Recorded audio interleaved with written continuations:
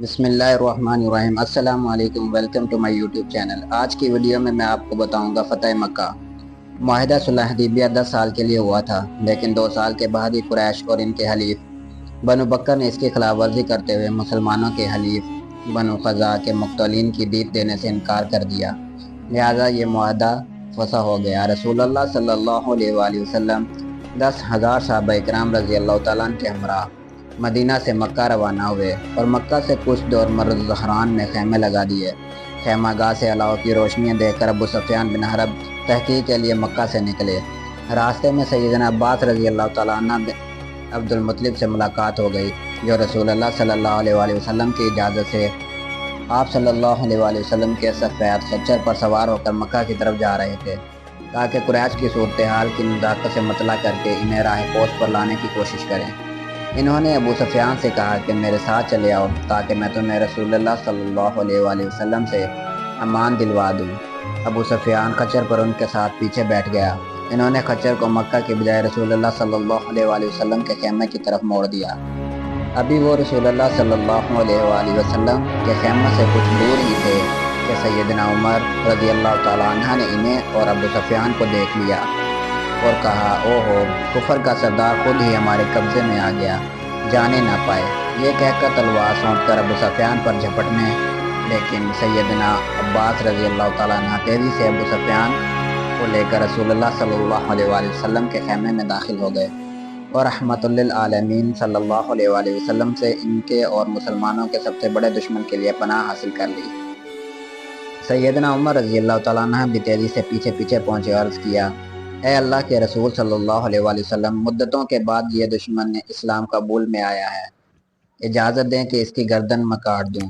سیدنا عباس رضی اللہ تعالیٰ عنہ نے کہا کہ اے عمر، اگر ابو سفیان عبد مناف کے خاندان سے نہ ہوتا اور تمہارے قبیلے کا آدمی ہوتا تو تم اس طرح اس کی جان لینے کے خواہش مند نہ ہوتے۔ یہ سن کر سیدنا عمر رضی اللہ تعالیٰ عنہ نے جواب دیا، عباس ٹھہر جاؤ، خدا کی قسم تمہارا اسلام لانا میرے نزدیک خطاب کے اسلام لانے سے زیادہ پسندیدہ ہے، اور اس کی وجہ یہ ہے کہ رسول اللہ صلی اللہ علیہ وآلہ وسلم کے نزدیک تمہارا اسلام لانا خطاب کے اسلام لانے سے زیادہ پسندیدہ ہے۔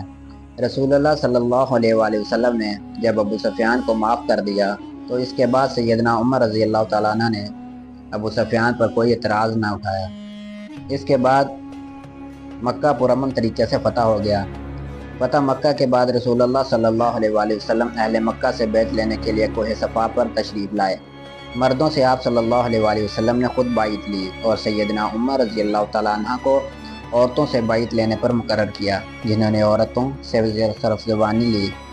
سیدنا عمر رضی اللہ تعالیٰ عنہ کے لیے یہ بھی ایک بڑا اعزاز ہے کہ کعبے پر لگی تصویروں کو مٹانے کے لیے بھی رسول اللہ صلی اللہ علیہ وآلہ وسلم نے انہی کو مأمور فرمایا۔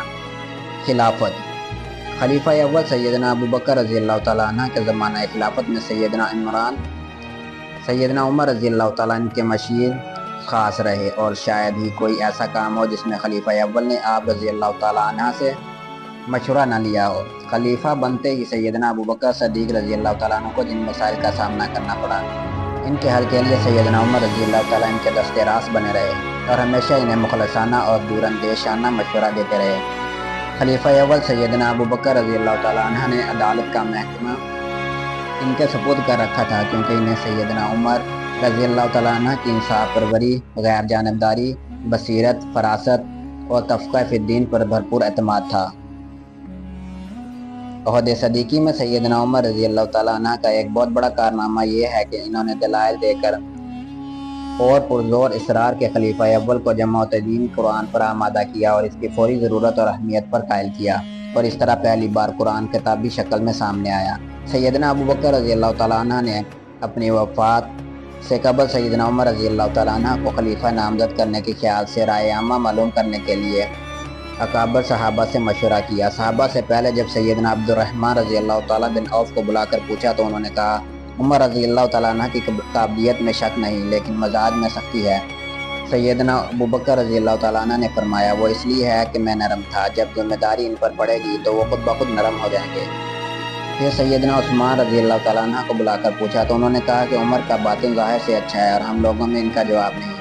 آپ رضی اللہ تعالیٰ عنہ نے سیدنا عثمان رضی اللہ تعالیٰ عنہ سے وصیت نامہ کے ابتدائی الفاظ بھی لکھوائے ہیں۔ تاکہ آپ رضی اللہ تعالیٰ عنہ کو وش آ گیا۔ سیدنا عثمان رضی اللہ تعالیٰ نے یہ دیکھ کر خود ہی لکھ دیا کہ میں عمر کو خلیفہ مقرر کرتا ہوں، کیونکہ آپ رضی اللہ تعالیٰ عنہ جان چکے تھے کہ سیدنا ابوبکر رضی اللہ تعالیٰ عنہ کیا لکھوانا چاہتے تھے۔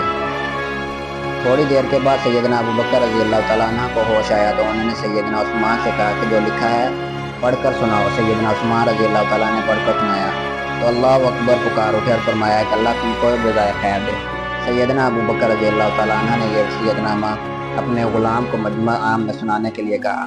پھر آپ رضی اللہ تعالیٰ عنہ نے لوگوں سے کہا کہ میں نے اپنے کسی رشتہ دار کو خلیفہ مقرر نہیں کیا بلکہ عمر کو خلیفہ مقرر کیا ہے۔ اس کے بعد سیدنا عمر رضی اللہ تعالیٰ عنہ کو پر اثر اور مفید نصیحتیں کی۔ سیدنا ابوبکر رضی اللہ تعالیٰ عنہ کی وفات کے بعد ان کی وصیت کے مطابق سیدنا عمر رضی اللہ تعالیٰ عنہ کو خلیفہ دوم مقرر کیا گیا اور آپ رضی اللہ تعالیٰ عنہ کے ہاتھ پر بیعت کی گئی۔ سیدنا ابوبکر رضی اللہ تعالیٰ عنہ کی فہم و فراست کا قائل ہونا پڑتا ہے، کیونکہ واقعی ان کے کہنے کے مطابق خلیفہ بننے کے بعد سیدنا عمر رضی اللہ تعالیٰ عنہ کی سختی نرمی میں بدل گئی اور اسلامی حکومت کو ان کے عہدے خلافت میں جو استحکام ملا وہ قابل تعریف ہے۔ جزاک اللہ۔